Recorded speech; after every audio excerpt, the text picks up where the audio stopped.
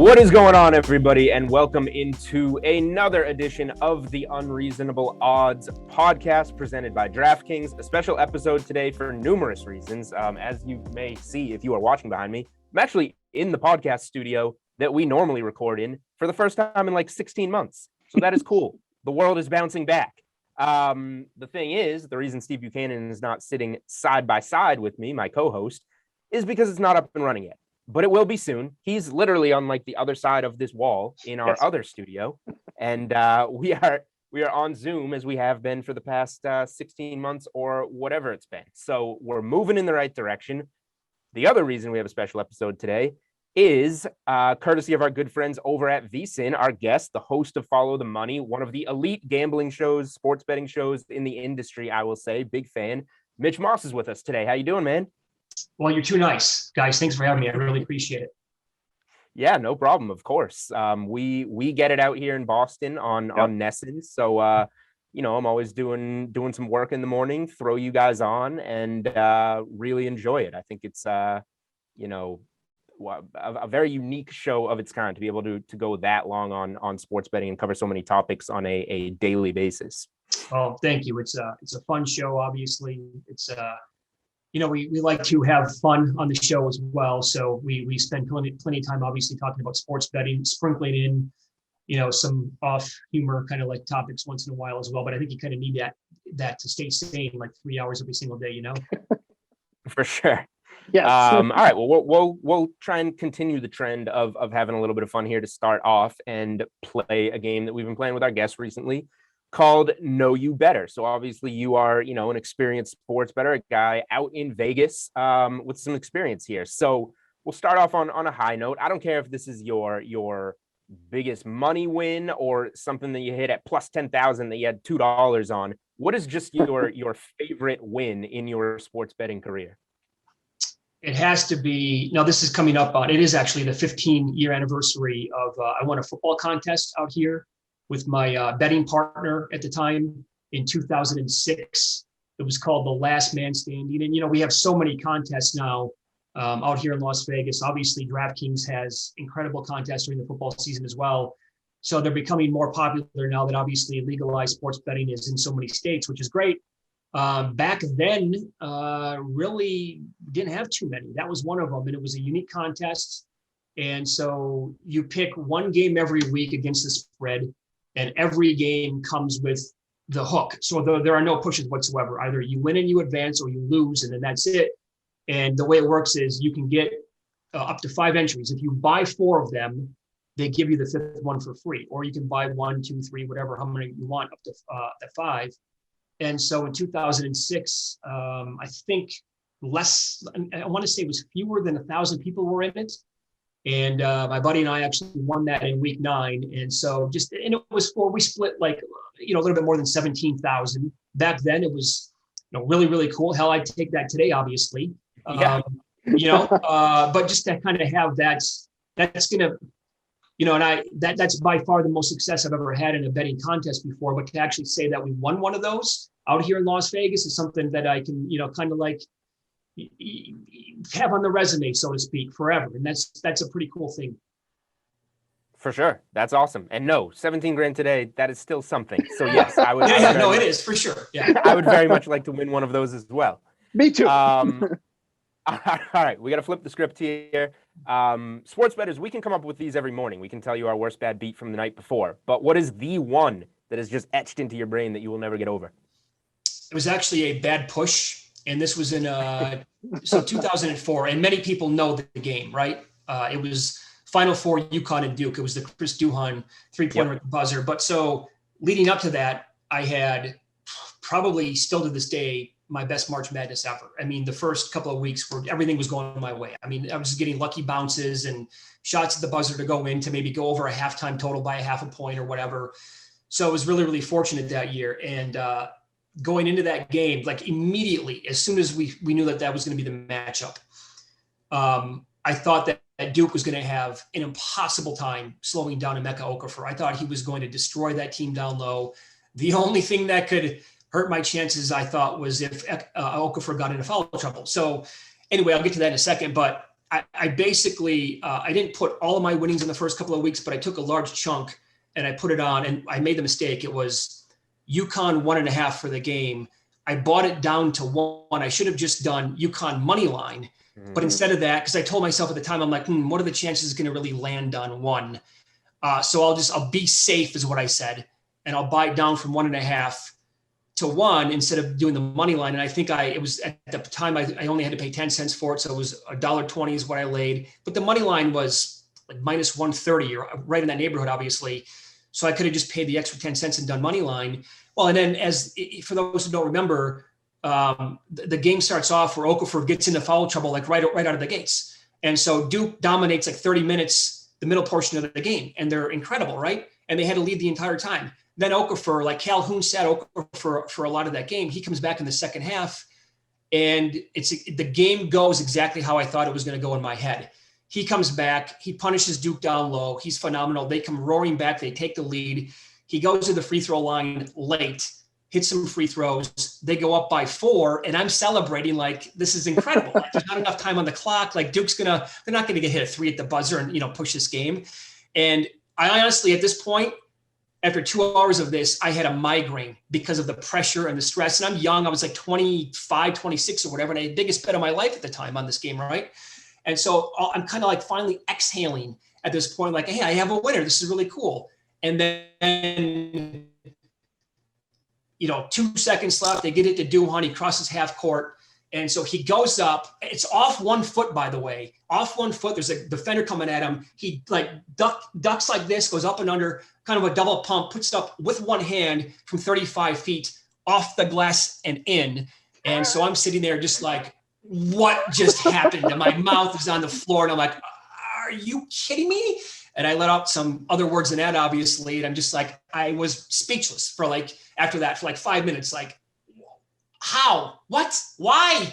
And so, but I didn't lose, but I pushed on a dumb bet that I made. I could have done money line. It would have been safer, obviously. But that to me it's now been 17 plus years. I'll never forget about that. A push can be worse than a loss. Like by far, like, and this is a perfect example of that. Yeah, that definitely qualifies. I mean, judging by your description there, yes, you will not forget this one because you still remember it all. Yeah. But I don't. If there's a silver lining, I guess maybe as a young bettor, there's your moment that you're realizing if you're betting the like 1.5 spreads, maybe just to look at the money line. Look at the money line. Take a peek next time. Give that more of a consideration, or you can split up bets. I mean, if you want betting baseball, you can maybe bet half a unit on the first 5 innings for the full game, because if you don't want to take a chance with the bullpen, that kind of thing. So, learn plenty over the years since then. All right. So getting into, I know you guys on Follow the Money cover all types of trends throughout all kinds of sports. What is your favorite trend to kind of either keep track of or to just kind of, I don't want to say blindly tail because you're researching it, you're betting on a trend, but what's your favorite trend to bet on, I guess? Well, it goes back to and here's to your point, right? You can't just blindly bet this stuff year after year after year. A couple of years ago, kind of caught on to this totals in the first period in the NHL, where some teams in the league were, at the time, if you were betting a blind, you were killing it because the Blackhawks but when I caught wind of it, the Blackhawks went over 1.5 goals for 15 consecutive games. And that turned into like a 17-game streak. And then later on that year, Tampa Bay hit it 18 consecutive games where they went over 1.5 goals. And so eventually we were calling it, the name of our show is Follow the Money. As you said, we were calling it the Follow the Money 5 because there were 5 teams that were hitting at well above 70% into the 80% range. And books didn't catch on to this yet. It wasn't really like a popular thing because the total, like the juice was still certainly manageable and not where it worked out to the percentages, right? So it was like you're laying $1.15 or $1.20 or $1.25. It didn't really matter who was playing, but eventually, as we talked about it more and they kept coming in and 5 or 6 teams got up to that level. And especially, by the way, when those 5 or 6 teams played each other, it was going over at 90+% on the season, which was just silly. So eventually it caught on to the point of where these teams, they would open up, like, let's say day of over a goal and a half in the Tampa Bay game might be $1.45 or $1.60. Within 2 hours, it would go to minus 230 or minus 245. Or books eventually moved it to 2 goals in the first period. And so, at the time when these game totals were priced at 6 juice to the over or 6.5, like the math was not really making much sense, because if you're going to go over 6.5 with a juice or 6.5, yet the period bets are 1.5, like over $1.20, $1.25. And they kept coming in over and over and over again. 3 periods. If you do that breakdown by each period, that's 4.5 with some juice, obviously. And so anyway, back then it was just like, it was a treasure trove because they kept coming in. But that was 2019. Last year during the pandemic, it cooled off a little bit. Certainly this year, it never really took off to where it was. But that was in the last couple of years, that was definitely the best trendy bet that made a lot of sense. All right. Flip side again on this one. What is a trend that people will point to and say that's why I'm backing it, that you just say, this doesn't make sense. I don't know why people use this. There's a lot of stuff, I think, in the football world. You'll hear primetime games a lot, but actually, certain guys have been really good in primetime spots. I think the Seahawks come to mind. Like their Russell Wilson and Pete Carroll have been unbelievable in primetime games, so you got to back them. Well, does that really make that much sense? I mean, they're on national TV and they're on the spotlight, so they're covering all these games. They've been great at it, but I don't think that really has anything to do with much. When you hear about there's one in baseball right now to start the season where I think it was the final game of a series. The Nationals, I think, to the under were amazing, but what does that really mean? You'll hear people will break down like this team is so good, like on Thursdays or on Sundays, getaway day. To me, I'm not a big, I'm not going to go that far and say that really means much. You know what I'm saying, guys? Oh yeah, absolutely. The day of the week thing, the Thursday night football. Well, I'll say like a short week in football, that's different. But like the day, the time, I don't know if I'm into all that. The same thing, real quick, same thing too with like, this pitcher has done well against the Astros in the past. I don't care what he did against them against the past, because it's not the same team. Like, to me, that's so irrelevant. Just because he did well against the Jersey, which is basically what it is, I cannot back stats that are like 2-3 years old against former teams. I'm totally with you. No, that's really a great one. It really is, because, guys who've been around the league for a long time, maybe they dominated like a rival, or somebody in a certain league 5, 6, 7 years ago, but the current roster is made up of players who were never on those teams. So it's like, what kind of stock do you really have to put into that thing? Right. Yep. Totally. All right. We're going to end on this one for Know You Better. This is a more overarching one. Just your best advice for, new sports bettors getting into this. Well, there's a lot, certainly. I would say money management obviously comes to mind. Don't force bets. If you're having a bad day at the office on a Saturday or whatever, don't double down on a game that you don't really have a strong opinion on or a good edge. Don't just because you're losing. It's like blackjack, right? All of a sudden, if you're down big, you want to start betting. Let's say you're betting $25 a hand and you're losing, over and over and over again. You just want to start playing $200, $300 a hand. You could get absolutely killed that way. I would say, though, have as many outs as possible, if that's okay for me to say on this podcast. But I mean, it's, that's a big one. In my opinion, you got to have a lot of spots where you can check out and examine different numbers. All right, so let's talk about some of the current stuff that's going on here. Let's move over to the NBA Finals. Obviously, we're looking at Game 2 tonight. The Suns took a 1-0 lead in the series in that one. The biggest news about that one, of course, was Giannis moving from doubtful, probably not going to play, to ends up playing 35 minutes, records a double-double. Pretty typical of Giannis here. And I believe, Julian, you can back me up on this. I believe once the news that Giannis came out, we saw about a 2-point spread movement on that in the Bucks' favor once that Giannis was confirmed to play in this game. Obviously, the Bucks didn't end up covering. They lost 118 to 105. So, Mitch, what are your thoughts here about tonight and even kind of the rest of the series here? The Suns have been one of the best home teams in the league, even during the regular season. This has been a spot where they've dominated. But obviously, with Giannis in here, it changes the landscape of the Bucks. So, Suns are favored by 4.5 tonight. What are your thoughts on tonight and then kind of moving forward? Yeah, I'm not going to be surprised if the Bucks come out in the first quarter, in the first half, and make the proper adjustments that killed them in the first game. Yeah. And, they have the lead or they're very close to the Suns at the end of the first quarter in the first half.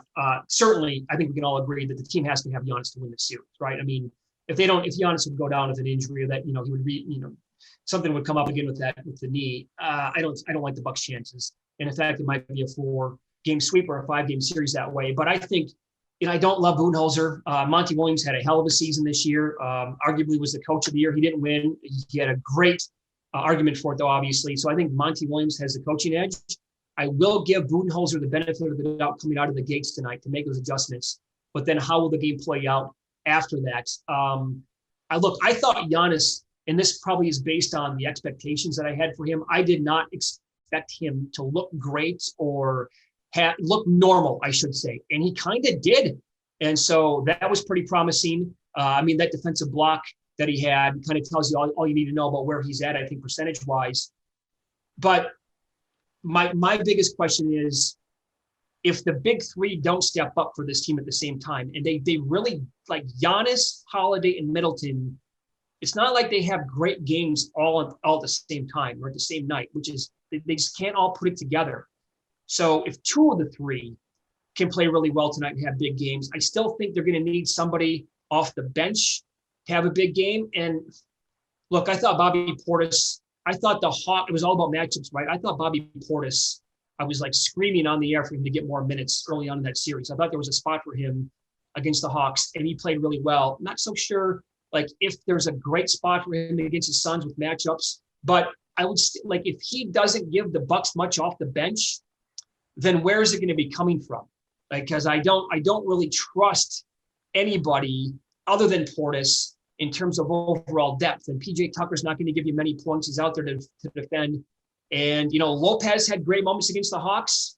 What does he look like? I have big questions about him. And on the flip side, I think we can rely on the backcourt for the Suns to show up every single night. Booker scored a ton of points in game one, and he didn't shoot well. And Paul's having an unbelievable run. I think Ayton can play, he can have, 19 rebounds is a big ask every single game, obviously. But I think Ayton can look really good for the most part in every game of this series. And then, I trust the Suns others more, like the guys off the bench, Payne and Johnson. I just trust them more than I do the guys for the Bucks. So I think early on, Bucks, maybe first quarter, first half would be worth a feel. Full game, I can't quite get there. And then I would actually be on the Bucks if they got back, down 0-2. Game 3 and beyond them probably in that game to come back, maybe win that game if Giannis looks really good tonight. Yeah, I'm with you on most everything you said. The Bucks depth thing is what gets me, because so if they want to play smaller and they transition to, Lopez was getting burned in those pick and rolls with Chris Paul and Devin Booker. Yep. He winds up playing only 23 minutes, and you're going to go smaller, and that wound up the Bucks played well in game one. Holiday didn't. Giannis was fair, but like you said, I point to they started the play running that alley-oop for him, and you look at the chase down block. His health is much higher than we see, Anthony Davis come back and get hurt. We watched Harden limping around. We watched Trae Young limping around. I thought that was going to be the case here, and it wasn't. So, a lot is going for the Bucks. Bryn Forbes, 2 of 4 from 3 off the bench. Pat Connaughton, 2 of 4 from 3 off the bench. And they lose that game by 13 with Jay Crowder not making a shot. Devin Booker, 1 of 8 from deep.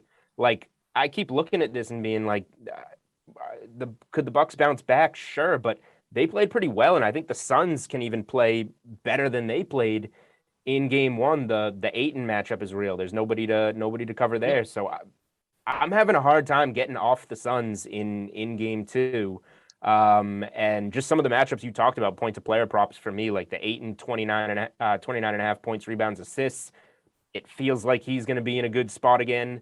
Lopez, I bet the Brook Lopez points under 15.5 in game 1 when Giannis was ruled in. Yeah. It dropped down to 13.5, and he only played 23 minutes. If you told me all those things, I would be like, this is a multi-unit bet. Yeah. And he goes 3 of 5 from 3 and scores 17 points in his 23 minutes.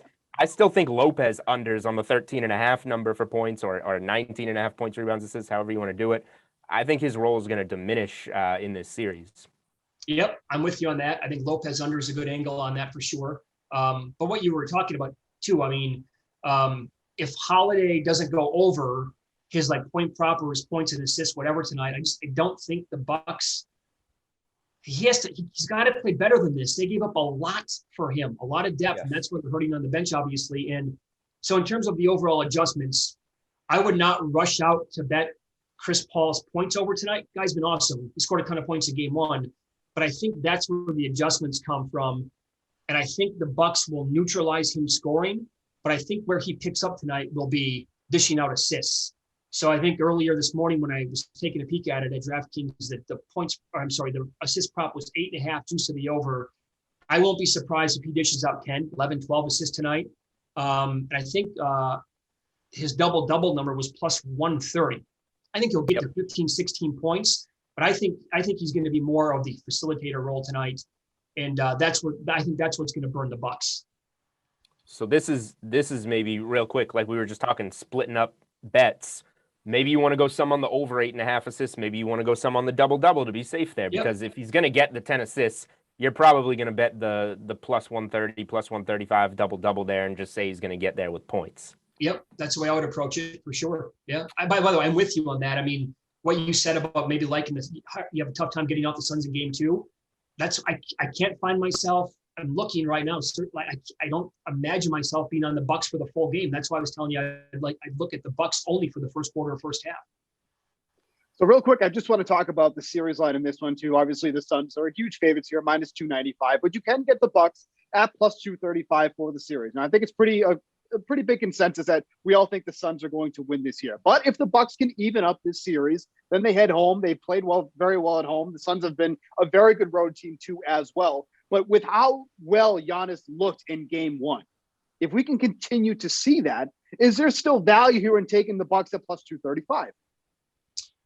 I don't think it's a bad number. I mean, and I think if you were going to bet the Bucks going into the series, right, you had to wait until game one was over with because of the unknown with Giannis and how he was going to look, knowing that, hey, they can use. And by the way, the Bucks history, like if you go back to not only last year during the bubble, but the year before that, they've been awful in game ones. I think people forget that like 3 years ago when they were one of the biggest first round favorites I can ever recall. That was against Orlando, not last year in the bubble, but I think they lost by 12 at home in game one.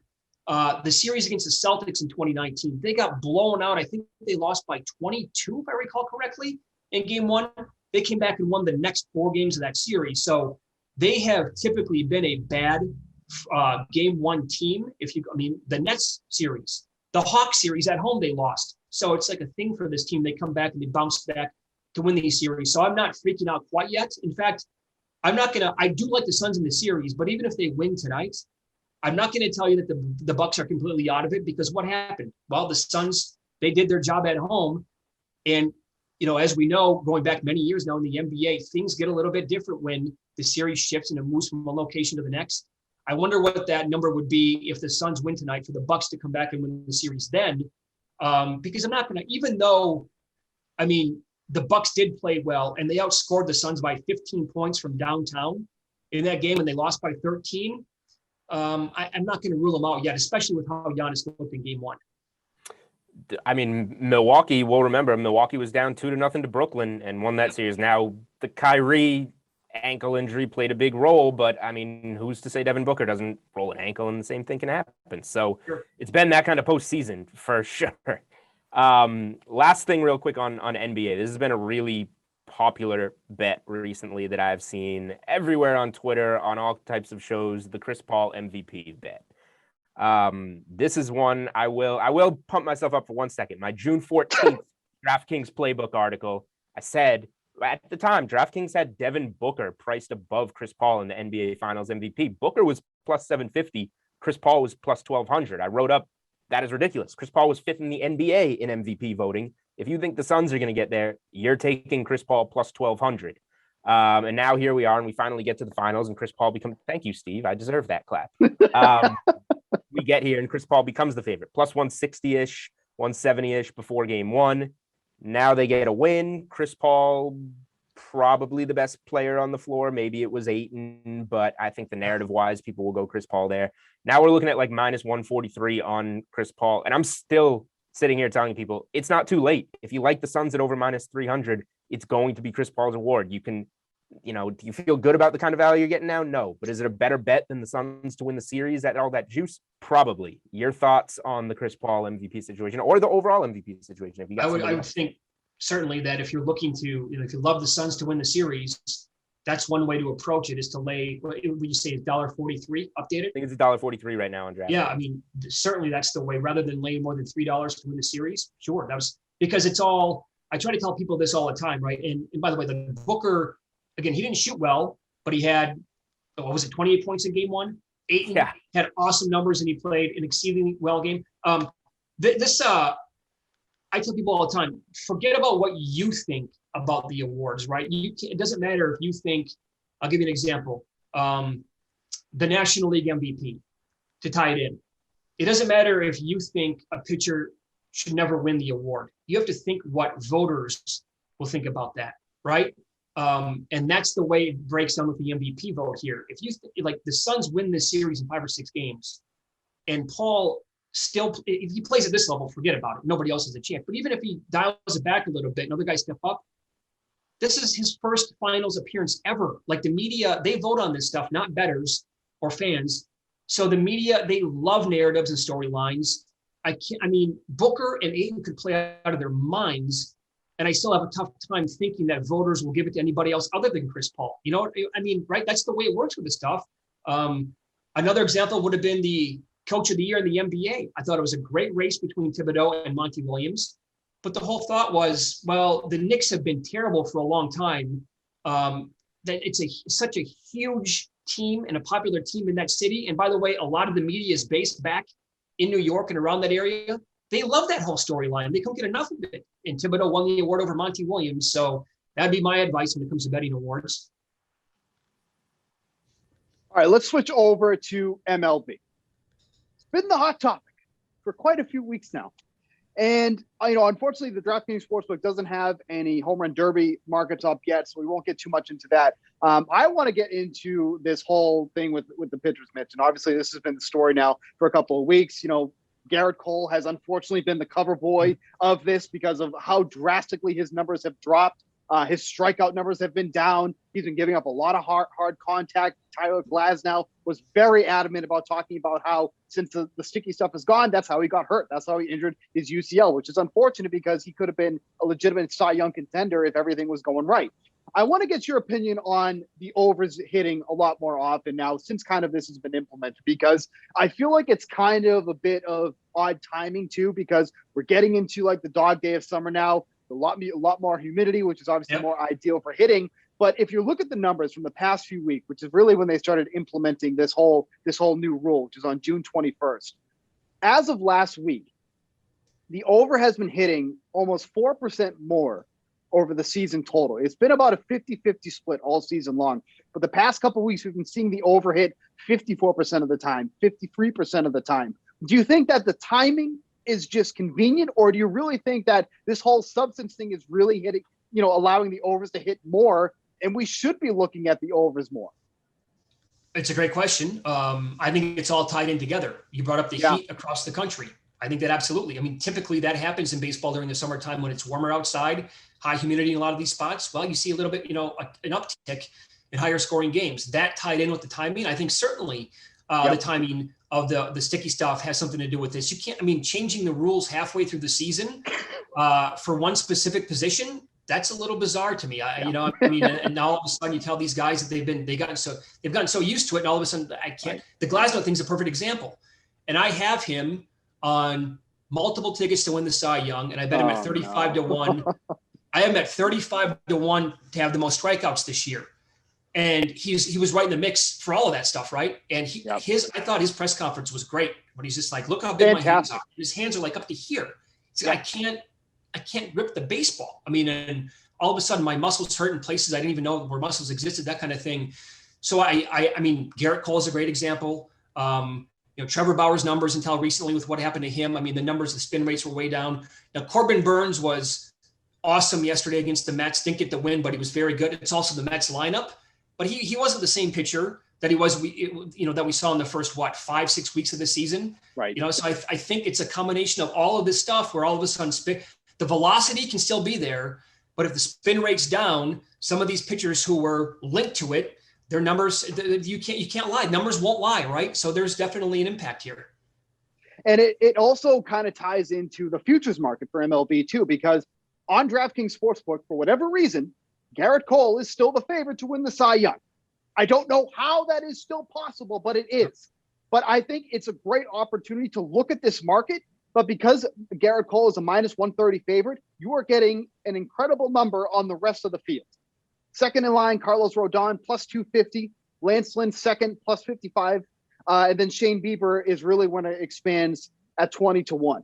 Is there anybody on the board that you see right now and you're like, if there's an opportunity to pounce on somebody, it's going to be this? Because I can't say for sure, but if Cole goes out and has another bad start, he can't be the favorite anymore. He's got to move to plus money soon. I'm surprised it hasn't happened already. I know he was minus 170 before his last start. Now he's minus 130. So obviously that number is falling. But right now, because he's one of the favorites, you have to get somebody else at a better number, because this market, especially after the All-Star break, in my opinion, is going to start shifting dramatically. Yep. No, I totally agree. I wake up every day, I check the numbers, and still I look at my phone and I'm like, what am I missing with Garrett Cole? Yes. I don't get it. I also think that, voters are going to hold this against him. I don't think they're going to forget about like this month stretch. And if it continues, he has no chance to win the award. But even if he kind of corrects it and he starts to get back to, somewhere in the ballpark of what he used to be, I think this stretch has really dinged his chances a lot. I certainly would not bet Garrett Cole right now. And I don't have I have no shares of him whatsoever in any of this stuff. Rodon and Lance Lynn can certainly win the award. Yeah. I would try, and I've done this week, I would try to look a little bit further down the board than that, because in theory, it should be kind of wide open with Cole struggles. You brought up Bieber, Glasnow, their injuries. I mean, but here's the thing. I made the case earlier in the week at Chris Bassett, and I recently grabbed him at 200-1. But then, and since then, he had a really good start. But then he came out against the Astros, and we saw what happened. Yep. And there's no shame in having a bad start or getting lit up once in a while. But that's something that you don't. As soon as you talk about it, all of a sudden he has a bad outing. You're like, oh yeah, it kind of takes the wind out of the sails. Another guy was Nathan Eovaldi for the Red Sox. Yep. His WAR was I think tied with Rodon for the best in the American League. His overall, peripherals, like the strikeouts per nine, I think overall Ks, I might come back to ding him a little bit, but he was coming on until his last start when he got dinged up a little bit as well. So I would look a little bit further down the board than that, but you're right, guys. I mean, I think that this race is completely wide open at the top, and I quite frankly want nothing to do with Garrett Cole. Yeah, I mean, it's crazy. It's crazy. Go ahead, Julian.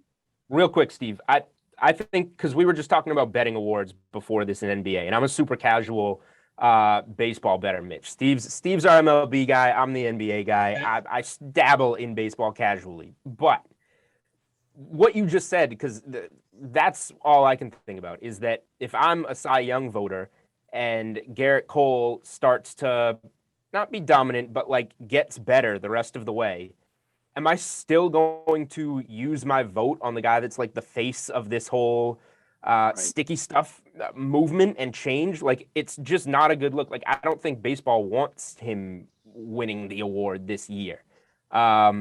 So it just feels like no matter what, that's a little extreme, but it feels like going in another direction with somebody who had a cleaner season would be the direction to go. And I mean, I looked at the board. I've seen, everybody saying, how is Garrett Cole still laying juice here on the Cy Young? And I looked at the board and I was like, wow, these are the next guys, the two, White Sox guys. So that, to me, I'm not going to pretend I have a name, but like you said, you just made a 200-1 play. Like, I think that's how you're betting the Cy Young this year. Somebody that's going to finish strong that is out of it right now. I would, I look down the board, find somebody in between 30 and 100-1, whatever. And if they're on a good stretch right now and come up with other reasons, I don't think playing on a first place team matters anymore to voters. I mean, King Felix had that 13-12 season 8 or 9 years ago, where they finally realized that, look, his numbers are too good to ignore. We got to give him the award. Right. So I think that also goes for the MVP. I mean, like, how are people going to deny Ohtani? Are they going to look at the Angels and say, well, they're a third place team? I don't think that matters to voters anymore. I think Ohtani, what he's doing is something that nobody alive has ever seen before. So I think it's going to be too much to ignore. As long as he doesn't get hurt, like that's going to be his award. I don't think you got to be best player or best pitcher on the best team. All right, real quick before we move to NFL, we're talking Ohtani, and yeah, what he's doing right now, like, I don't even know. What is he, Steve, right now to win the MVP? Has he gotten over minus 200? It's minus 190. He's right there. Minus 190. Like, I feel like I would still take that. I would the 30-1 or whatever he was before the season. There is no comp for Ohtani, who, here's my best Ohtani comparison. He's Patrick Mahomes. If Patrick Mahomes also was playing like shutdown corner on defense in the same games, like there's no comp. So like minus 190 if MVP for Ohtani, you're betting on him not getting hurt, in my opinion. After that's right. That's after what the whole seeing. gamble, right? That's the entire gamble right now. Is that okay? If you bet him, is even though Vlad is, I love watching Vlad, and his numbers are incredible. I mean, Vlad now that Ohtani surpassed him in home runs by like 4, but I'm not going to. The home run title's not over with, obviously. A lot of baseball left. But if Vlad wins the Triple Crown, I don't. That doesn't matter. It doesn't mean anything when it comes to the MVP. Even if the Blue Jays, finish in second place, or they somehow come back and win the American League East, I read baseball voters and guys who write about this stuff all the time, and they're speechless about Ohtani. I mean, there's people think that that's a shot against Vlad. It's not a shot. Vladimir Guerrero Jr. is having an incredible, and he's a blast, and he should be one of the faces of baseball with Ohtani and guys like Tatis. I love your analogy. Love your analogy. Imagine if Mahomes went out there and had 7 interceptions playing cornerback or something like that. That's it. That's right? the comparison. If Mahomes, let's say it's like week 11, and Mahomes had 28 touchdown passes and 4 INTs and 3 sacks, it would be Mahomes against the field to win the MVP, Yep. Mahomes minus 2,000 against the field. I just want to make one real quick point too, because Ohtani and DeGrom are like the 2 favorites here. You're getting such good numbers on the rest of the field. So if you do think that the injury is a possibility, which it is, because Ohtani is doing something that nobody else has done, again, you're getting incredible numbers on some of these guys like Xander Bogaerts at 40-1. Jose Ramirez, who probably isn't in contention, but 50-1 for him, somebody having a good year. It's just something to look at too as well. Yeah, the Red Sox players are certainly. I mean, you got to think about it though. Which Red Sox player do I bet on? Is it Devers? Right. Is it is it exact Bogart? Somebody else? Martinez, I know, got dinged up a little bit, but he was putting up great numbers. So there, in theory, there is some value down the board if they get hurt. But again, that's what the gamble is, right? Yep. We're recording this on Thursday afternoon. We don't have home run derby odds. I promise I'm moving to NFL now. But Ohtani at Coors, putting on a show. Baseball wants it. I want Ohtani. He'll probably be the favorite, but give me him. But it is, the field's so good. I mean, you can make the case for Gallo. You can make the case for Soto. Soto, Soto. I mean, Soto at Coors in a home run derby. Geez. Please. Crazy. All right, I'm looking forward to Tuesday night. Okay, real quick, NFL or college football talk before we get out of here. We're getting towards it. I know it's weird, like Stanley Cup just finished this week. We're in the middle of NBA Finals. Usually we're more into the football grind than this new sports calendar that's been laid out in front of us. But we're getting there. So it can be college football, it can be NFL, any future that's just really standing out to you, in early July here? I made my biggest win total bet ever my entire life on the Raiders under 8. Oh, I have that. I have that. Oh, you have under 8? I do. Okay. I laid minus 130 on it out here. I mean, I don't know. I mean, the Raiders had a nice season last year. They were in the mix for the playoffs a little bit. I look up and down that roster. I've done this for weeks. Like, how do they get to 9 wins? Am I betting against, like, if Mahomes gets hurt, if Herbert gets hurt, and the Chargers, like, I don't like their personnel at all. And I think Derek Carr, I think he gets a bet. I like Derek Carr. I think calling him serviceable is kind of that's actually a criticism on him. I don't mind him at all. He doesn't have a lot of weapons outside of Waller. The offensive line, a lot of guys left. I actually didn't. didn't mind the draft this year, but it's the other drafts from 2020, 2019, 2018, where they whiffed on so many of their picks. And right now in 2021 is where you look at the second, third, fourth year guys and you're thinking, okay, you need to step up and be like an all league player or a guy that we can rely on or somebody that we look at with the numbers on Pro Football Focus and some of the metrics. And we're like, yeah, you don't stink. But in reality, a lot of them do. And so I don't think that they're a 9-win team. And I'm more than willing to pay the price on it. Again, laying $1.30. So I like that one. I took some flyers in the rookie of the year market. Trey Sermon for the Niners. I think with Mostert there, I like him, by the way, but if he gets hurt, which he has an injury history, I think Sermon steps right into that, and they have a great offensive line.